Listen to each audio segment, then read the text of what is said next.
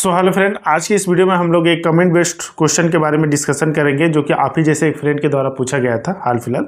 Okay, question ये था कि why pH TDS conductivity and silica increase in boiler drum water. ठीक है, तो ये बहुत ही इंपॉर्टेंट क्वेश्चन है यह, और अक्सर एग्जाम या इंटरव्यू में तो पूछा ही जाता है। ठीक है, तो आज की इस वीडियो में हम लोग इसी के बारे में डिटेल में बात करेंगे, पूरा एक साथ देखेंगे कि जो बॉयलर ड्रम में वाटर होता है, ठीक है, उसमें पीएच हो, टीडीएस हो या कंडक्टिविटी हो या सिलिका हो, वो किन किन कारणों से बढ़ता है। ठीक है, इसको तो हम लोग डिस्कस करेंगे, साथ में हम लोग ये भी डिस्कस करेंगे कि इसका इफेक्ट क्या पड़ता है और हम लोग इसे कैसे प्रिवेंट कर सकते हैं, कैसे इसको हम लोग इससे बच सकते हैं इंक्रीज होने से। ठीक है, तो आइए इस वीडियो को हम लोग डिटेल से जानते हैं। तब तक आप चैनल पर नए हैं तो चैनल को सब्सक्राइब कर ले और बेल नोटिफिकेशन को ऑन कर ले ताकि इस टाइप की इन्फॉर्मेटिव वीडियो आपको सबसे पहले मिले। ओके, तो देखिए क्वेश्चन ये है कि why pH TDS conductivity and silica increases in boiler drum water. ठीक है, तो देखिए बॉयलर ड्रम वाटर में जो हम लोग वाटर यूज करते हैं वो कहलाता है डीएम वाटर। ठीक है, बड़े बड़े प्लांटों में आप आरओ वाटर भी सुने होंगे। ठीक है,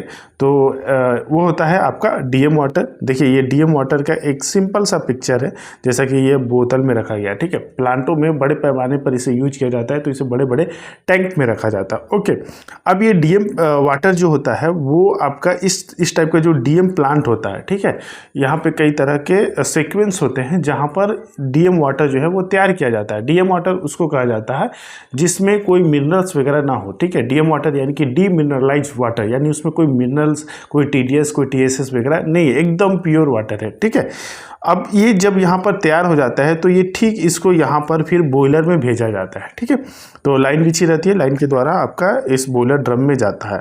अब क्वेश्चन यही है कि जो हम इस बॉयलर ड्रम में यहाँ पर जो हम वाटर भेजते हैं तो उसमें हम तो पीएच मेंटेन करके भेजते हैं, टीडीएस मेंटेन करके भेजते हैं, कंडक्टिविटी मेंटेन रहता है, सिलिका मेंटेन रहता है, लेकिन ये बढ़ क्यों जाता है या इसके पीछे क्या क्या कारण हो सकते हैं। ठीक है, तो देखिए यहाँ पर हम लोग एक एक करके पॉइंट वाइज, एक रीजन नहीं है, कई सारे रीजन है, तो पॉइंट वाइज हम लोग पूरा यहाँ पे डिस्कशन करेंगे। ओके, तो यहाँ पे पहला जो रीजन है कि पीएच इंक्रीज किसके वजह से हो सकता है, तो एक नंबर है देखिए केमिकल डोजिंग ओवरडोज। तो हम लोग बॉयलर ड्रम में केमिकल डोजिंग करते हैं, तो केमिकल डोजिंग जब किया जाता है तो उसमें या तो सोडियम हाइड्रोक्साइड, कहीं कहीं पर आप TSP यानी कि ट्राई सोडियम फॉस्फेट भी देखेंगे। तो अगर इसका डोजिंग यानी कि इसकी क्वांटिटी अगर हाई हो जाएगा तो ये पीएच लेवल को इंक्रीज कर देगा, उसकी वाटर को ज़्यादा से ज़्यादा एल्कलाइन कर देगा, यानी कि पीएच उसका इंक्रीज हो जाएगा। ठीक है, नेक्स्ट क्या रीजन हो सकता है कि if water treatment chemical are not balance properly it can lead to increase the alkalinity. और अगर जो हम केमिकल दे रहे हैं अगर उसको हम एक बैलेंस तरीके से नहीं दिए, ठीक है, प्रॉपर मेंटेन नहीं किए, तो भी वो अल्कलिनिटी यानी कि पीएच जो है वो इंक्रीज कर देगा। ओके, तो ये पीएच के बारे में हो गया। टीडीएस यानी कि टोटल डिजोल्व सॉलिड जिसको कहा जाता है, यानी कि वाटर में जो ऐसे सॉलिड पार्टिकल जो कि डिजोल्व रहते हैं, घुल जाते हैं, वो किन कारणों से बढ़ सकता है। तो पुअर क्वालिटी फीड वाटर, अगर if the feed water contain high TDS, the same will enter the boiler. Over time, the water evaporate and TDS will concentrate.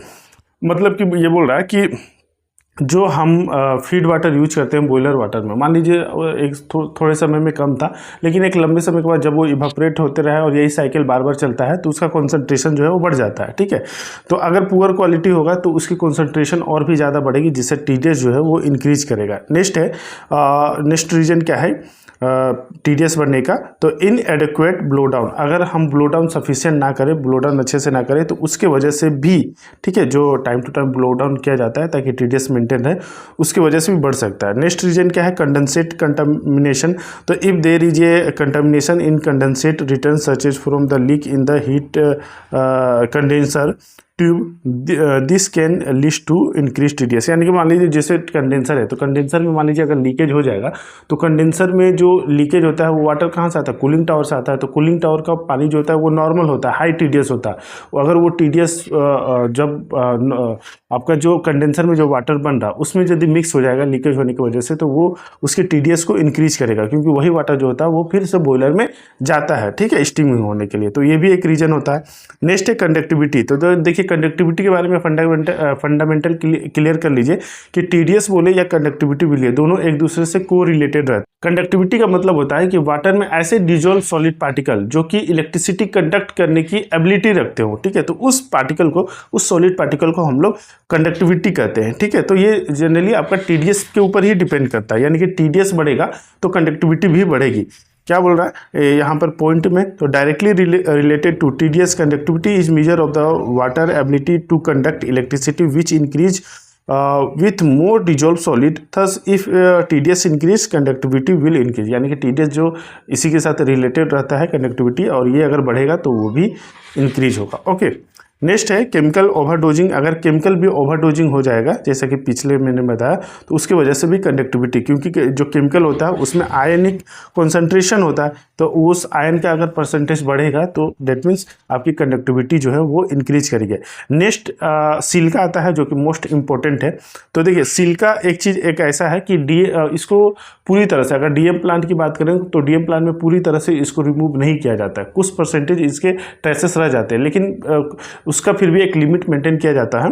अगर वो लिमिट से ज़्यादा होता है तो उसके क्या रीजन हो सकते हैं वो देखिए। तो देखिए high silica in feed water, अगर फीड वाटर में सिलिका अगर हाई होगा तो उसके वजह से भी बॉयलर ड्रम में सिलिका जो होगा वो एक्यूमुलेट होगा। कंडेंसेट रिटर्न इशू, यानी कि अगर मान लीजिए जैसे कि कंडेंसर में लीकेज होगा तो उसमें हाई टीडीएस तो बढ़ेगा, साथ में उसकी वजह से सिलिका भी इंक्रीज होगा। Lack of proper blow down, अगर मान लीजिए सिलिका इंक्रीज हुआ, टीडीएस इंक्रीज हुआ, अगर प्रॉपर ब्लो डाउन नहीं किया गया तो उसकी वजह से आपका सिलिका का भी परसेंटेज जो है वो इंक्रीज होगा, ठीक है। सिलिका के ऊपर ऑलरेडी मेरा एक डेडिकेटेड वीडियो है सिलिका के ऊपर में पूरा डिटेल में, उसका लिंक मैं दे दूंगा या ऊपर आई बटन में भी आ रहा होगा, आप देख लीजिएगा, बहुत इंफॉर्मेटिव वीडियो, ठीक है।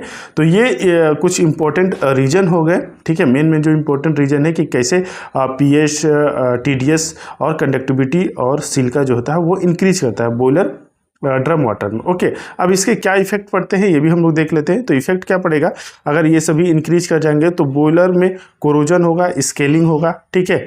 Reduce boiler efficiency, boiler efficiency को रिड्यूस करेगा। तीसरा है increase risk of tube rupture, अगर इनकी क्वांटिटी बढ़ेगी तो ट्यूब फेलियर होने का चांसेस ज़्यादा होता है। डिक्रीज स्टीम क्वालिटी, स्टीम की क्वालिटी को भी डिक्रीज करेगा, ठीक है, जो कि टरबाइन के लिए सही नहीं होता है, ठीक है।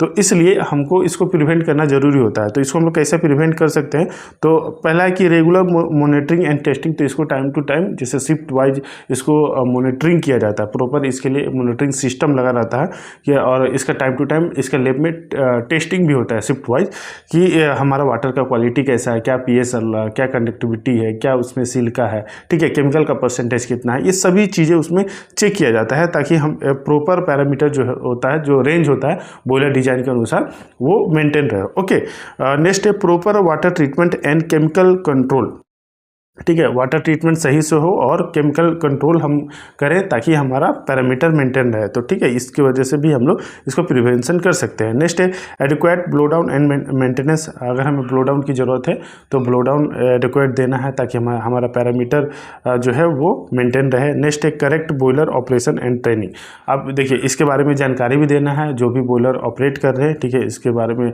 ट्रेनिंग देना है कि क्या पैरामीटर मेंटेन होता है, इससे क्या इफेक्ट पड़ता है, कैसे इसको मेंटेन किया जाता है, इन सभी चीज़ों के बारे में जानकारी देना है ताकि वो सही से बॉयलर ऑपरेशन कर सके और सही से इस पैरामीटर को मेंटेन कर पाए। अगर एक चीज़ याद रखिए कि अगर बॉयलर वाटर सही है तो डेट मीन्स इसका मतलब ये होता है कि बॉयलर की लाइफ जो होगी वो और भी उतना ज़्यादा अच्छा होगा, ठीक है।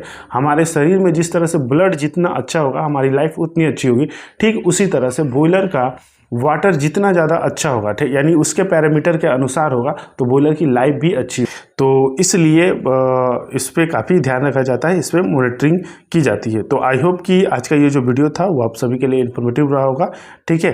कमेंट का भी आंसर मिल गया होगा। तो वीडियो अच्छा लगा तो प्लीज़ वीडियो को लाइक जरूर करें और ऐसे ही इन्फॉर्मेटिव वीडियो के लिए चैनल को सब्सक्राइब कर लें। मिलेंगे नेक्स्ट वीडियो में, तब तक के लिए जय हिंद।